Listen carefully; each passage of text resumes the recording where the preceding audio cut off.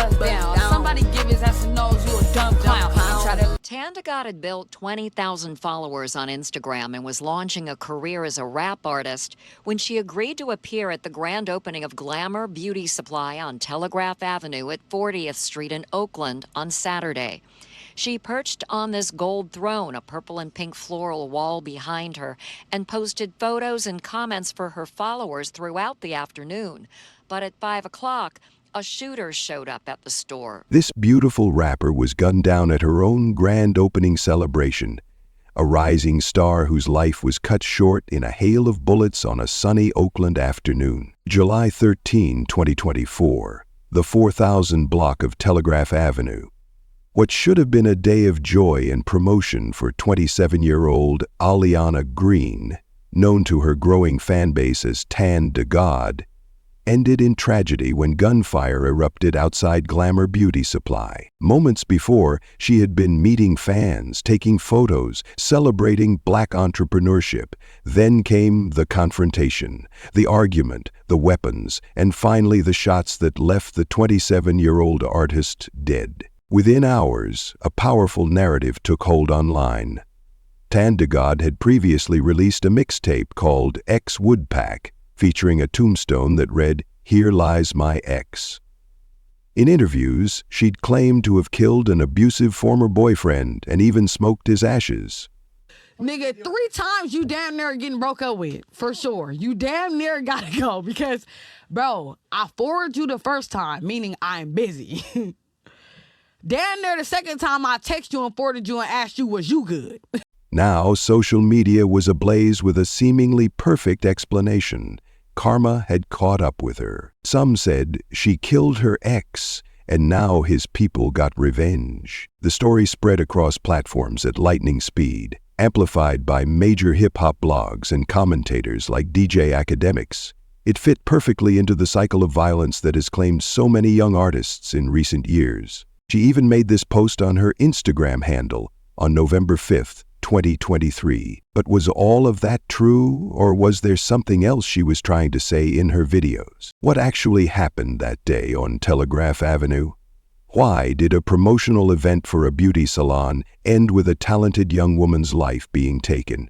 And what did the surveillance cameras capture in those final moments that would eventually lead prosecutors to make a shocking decision about the case? Stay with me, because the truth behind this shooting raises disturbing questions about artistic personas, real-world violence, and what happens when the line between them begins to blur. This is Crazy Dark Files, where we shed light on the darkest true crime stories to help raise awareness and promote safety. By liking this video, sharing, and subscribing, you're not just following a channel. You're helping give voice to the victims and also helping others become more aware and safety conscious. We up now, no new friends, I don't know the trust round me. Don't wanna roll any paddock, just bust down me. Back in, it's a score, it's a touchdown. Got the suckers mad cause we lit and we up now, no. Aliana Green was carving out her place in Oakland's competitive rap scene. At 27, the artist known as Tan DaGod had begun gaining serious traction with her bold lyrics, confident delivery, and an image that demanded attention.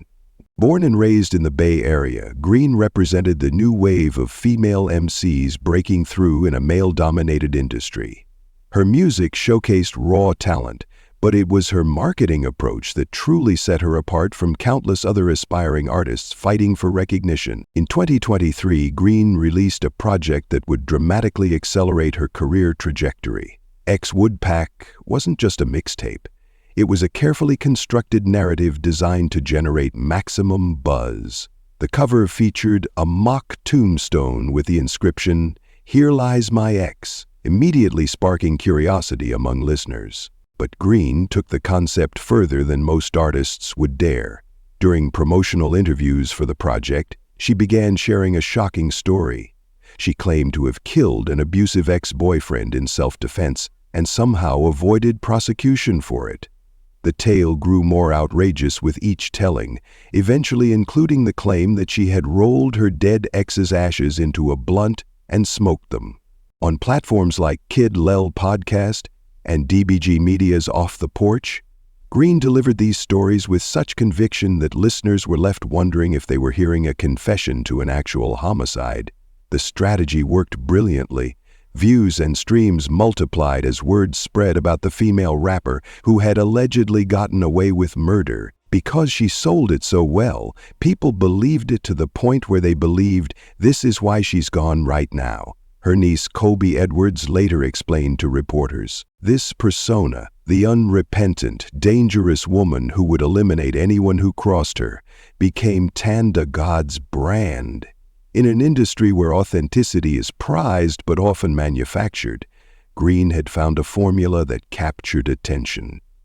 Her social media following grew, her music spread, and the character she had created began to overshadow the real Aliana. But why would an artist go to such extremes? Why fabricate not just an image, but an entire criminal history? The psychology behind artistic personas reveals something fundamental about entertainment and identity.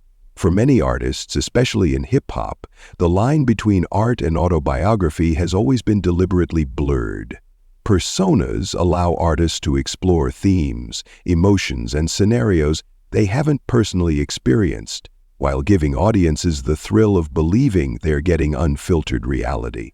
In Green's case, the violent, vengeful character she created offered a shortcut to the credibility and notoriety that might otherwise take years to build. In a digital landscape where attention is the most valuable currency, her fabricated story was the perfect vehicle to stand out from thousands of other talented artists. What Green couldn't have known was how this manufactured persona would later become entangled with the real-world violence that ended her life, and how the story she had crafted would take on a life of its own after her death, complicating both the investigation and her family's grieving process. The question remained, who was the real Aliana Green behind the Tan DaGod character, and how did the persona she created for entertainment ultimately intersect with the tragic events of July 13, 2024? July 13, 2024 began as a day of celebration in North Oakland. The grand opening of Glamour Beauty Supply on the 4000 block of Telegraph Avenue represented something positive: Black entrepreneurship, community support, and new opportunities. For Aliana Green, it was also a chance to expand her brand by performing and promoting at a local business event. The atmosphere early that afternoon was festive and welcoming.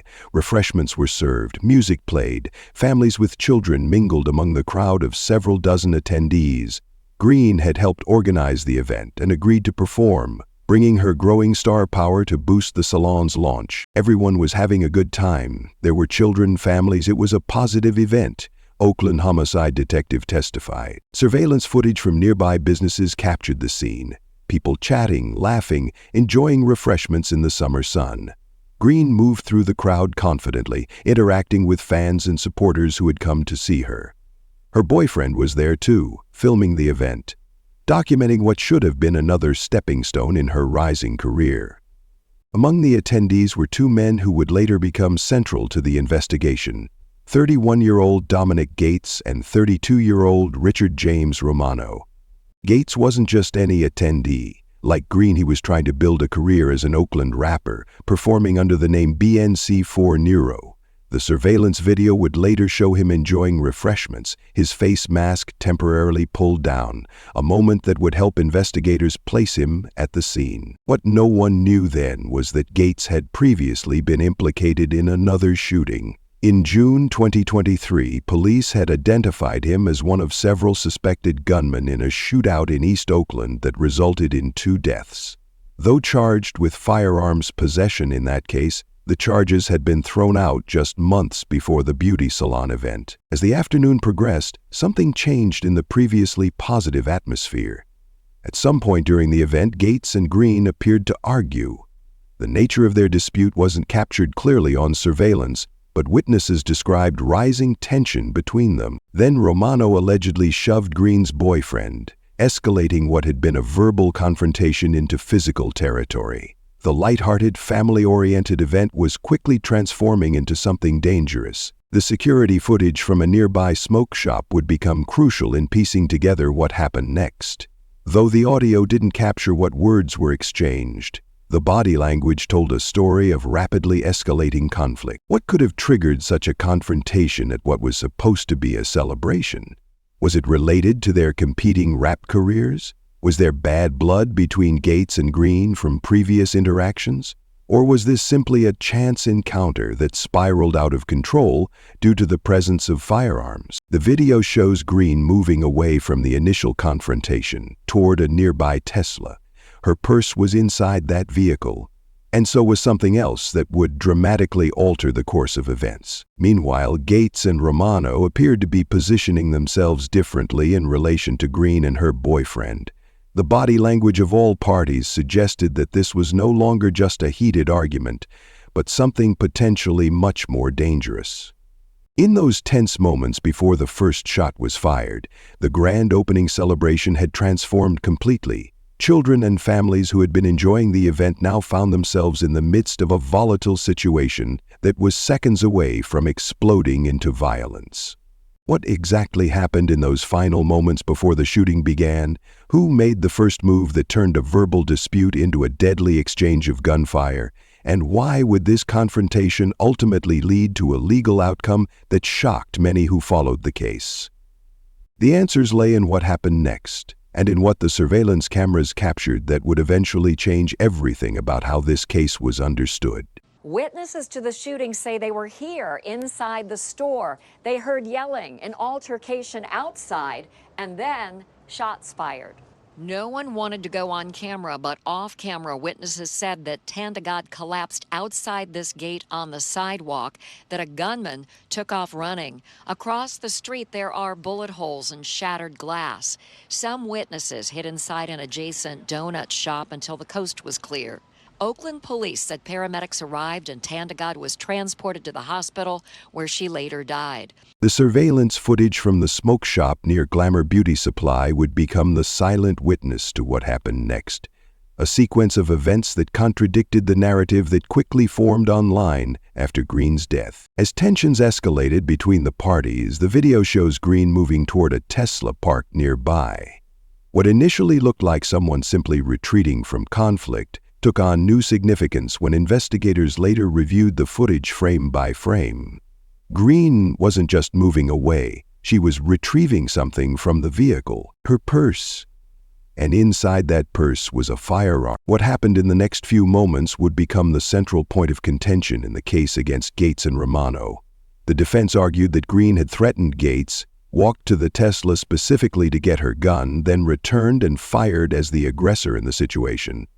The prosecution presented a different interpretation, that Gates had pointed his weapon at Green's boyfriend first, prompting her to act in defense. The video itself is partially obstructed at crucial moments, making it impossible to see with absolute clarity who drew their weapon first.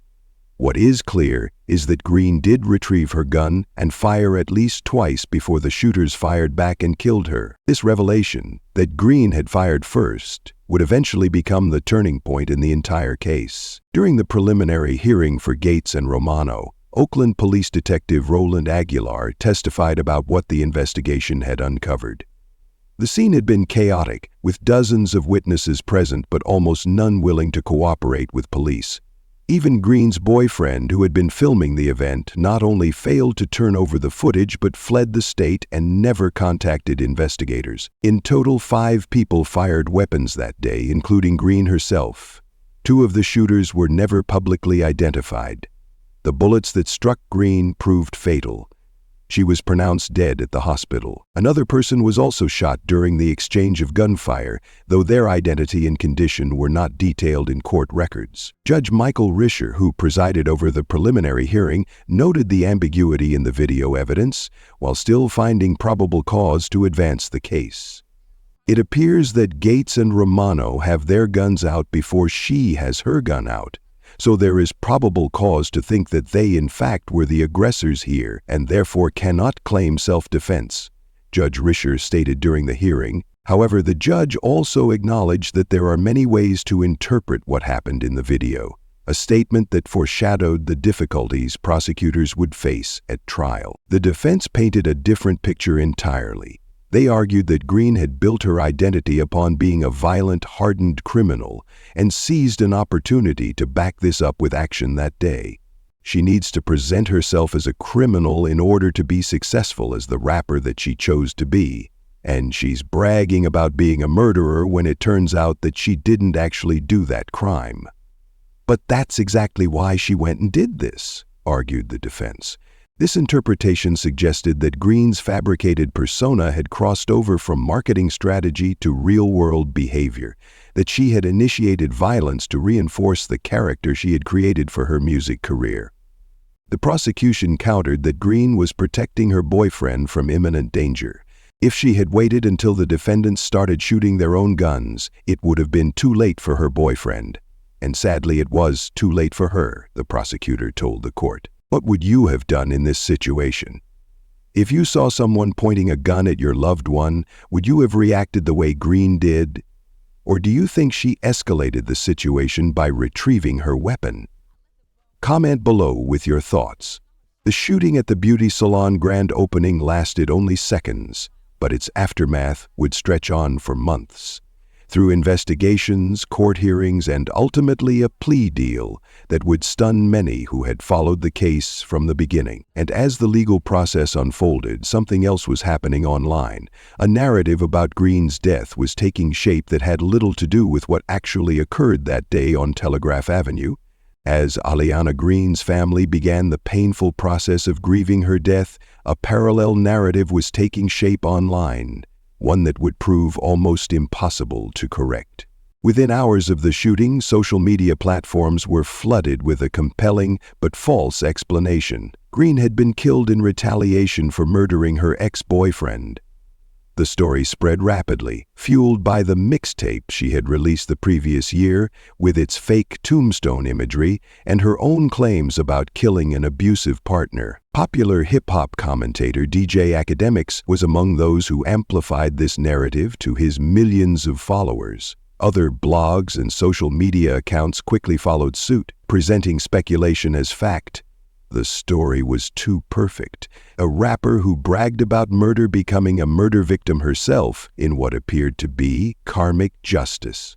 When Green's friends and family went online, they saw many conspiracy videos, comments, and commentary about the rapstress, reported one media outlet that interviewed her family members. For Green's loved ones, this viral misinformation created a second layer of trauma on top of their loss. Her niece, Kobe Edwards, described the painful experience.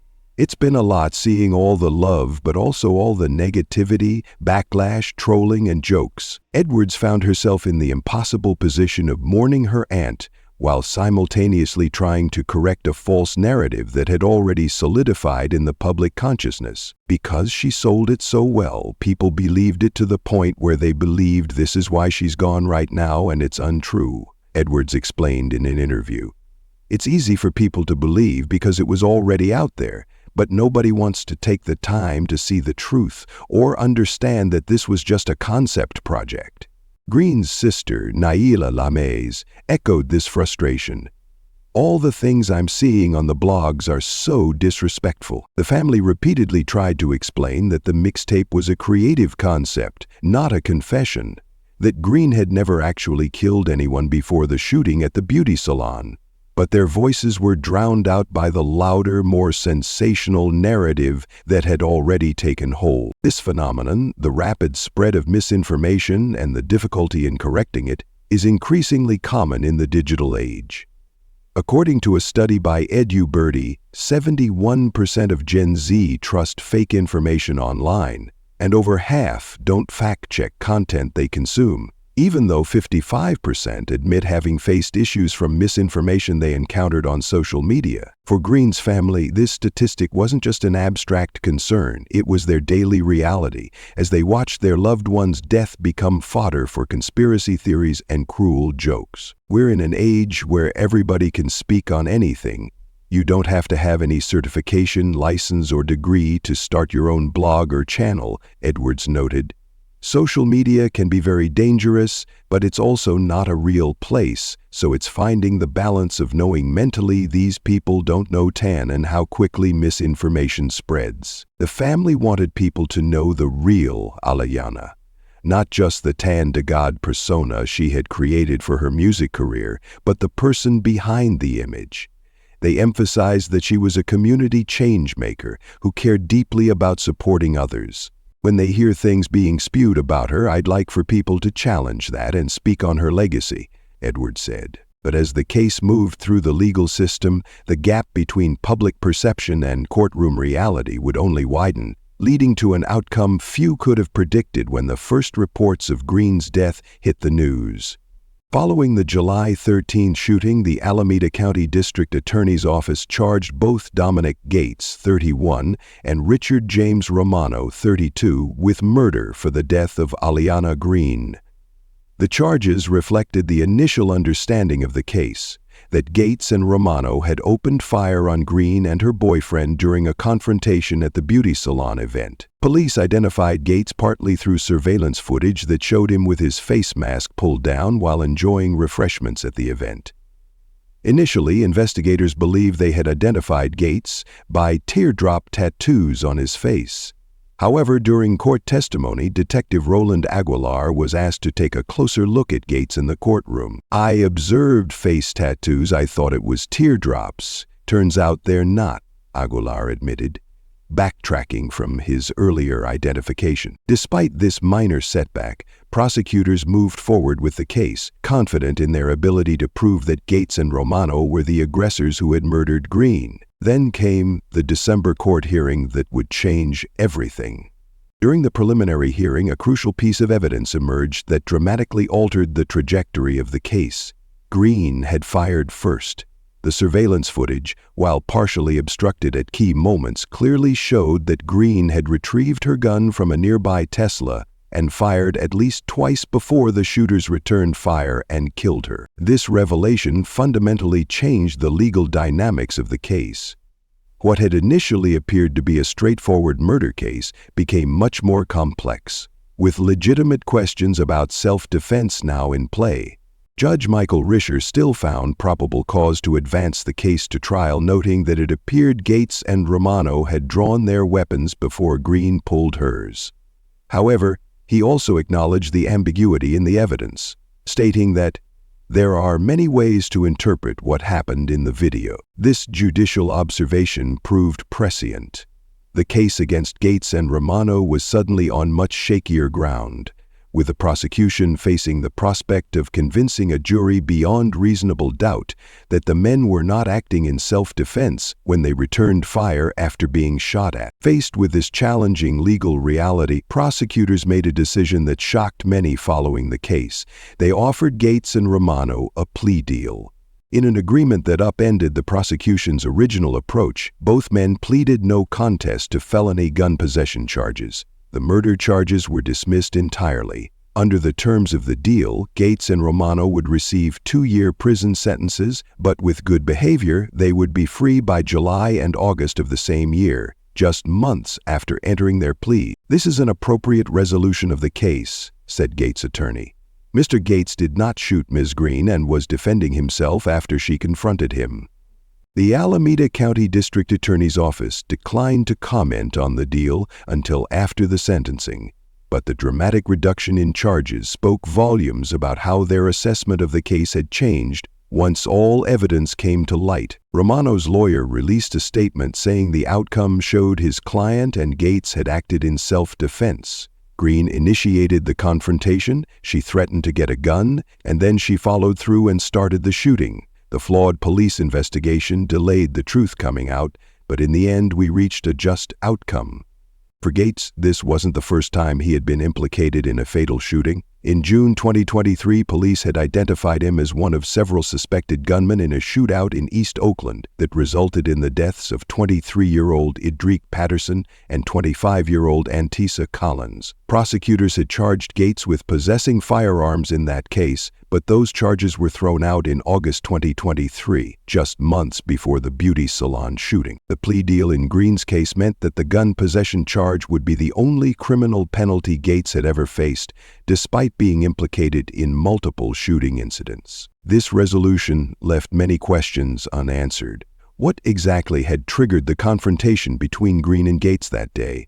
Was justice truly served by the plea agreement? And what does this outcome tell us about the complex intersection of self-defense laws, gun violence, and the criminal justice system? As the legal case wound to its unexpected conclusion, the contrast between the courtroom reality and the narrative that had spread online couldn't have been starker, raising uncomfortable questions about how we understand and process stories of violence in the digital age.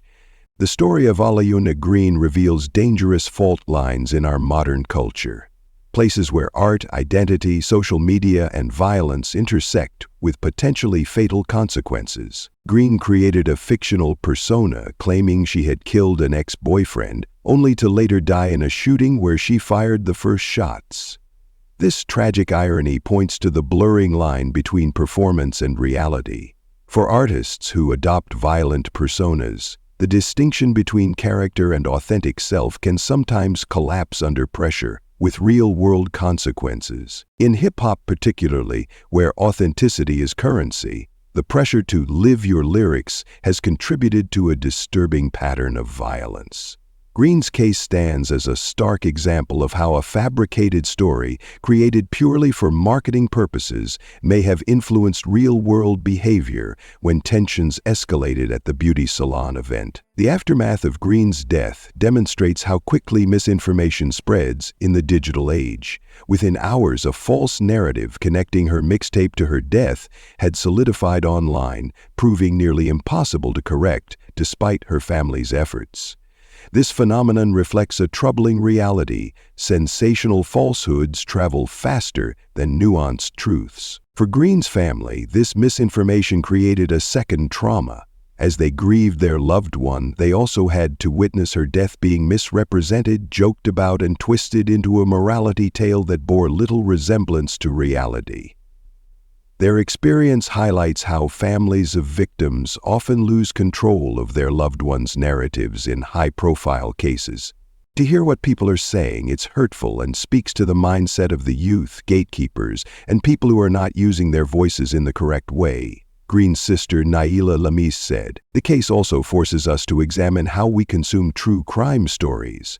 Our attraction to neat narratives, especially those involving apparent karma or poetic justice, can lead us to accept oversimplified versions of complex events." The initial story about Green being killed in revenge for murdering her ex was compelling precisely because it offered a tidy moral framework that the messy reality lacked. Behind the headlines, viral videos, and court proceedings was a real person. Aliona Green, a 27-year-old woman whose life was cut short on a summer day in Oakland. To her family, she wasn't just Tan DaGod with her braggadocious lyrics and manufactured criminal history. She was Aliona, a friend, niece, sister, and community member who had dreams and aspirations beyond her music career. When they hear things being spewed about her, I'd like for people to challenge that and speak on her legacy, her niece Colby Edwards said, emphasizing how Green was a community change maker who cared about supporting others. The legal resolution of her case, with murder charges dropped in favor of gun possession pleas, leaves many questions unanswered. What exactly sparked the confrontation between Green and Gates that day? Was there history between them that contributed to the tension? And would things have ended differently if Green hadn't retrieved her weapon from the Tesla? We may never know what words were exchanged in those moments before the shooting began.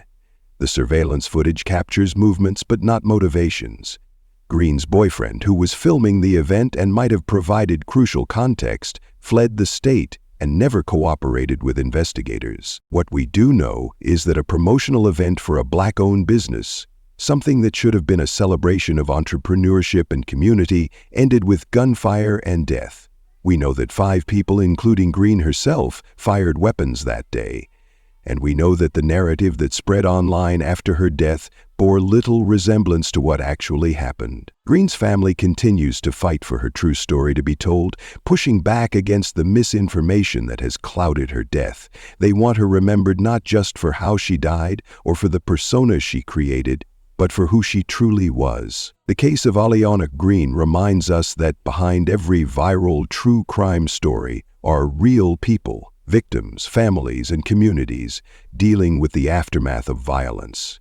It challenges us to look beyond sensational headlines and easy narratives to grapple with the complex realities of human behavior, violence, and justice. If this story affected you or made you think differently about how we consume true crime and share information online, make sure to like this video, subscribe to Crazy Dark Files, and hit the notification bell so you don't miss our next in-depth investigation.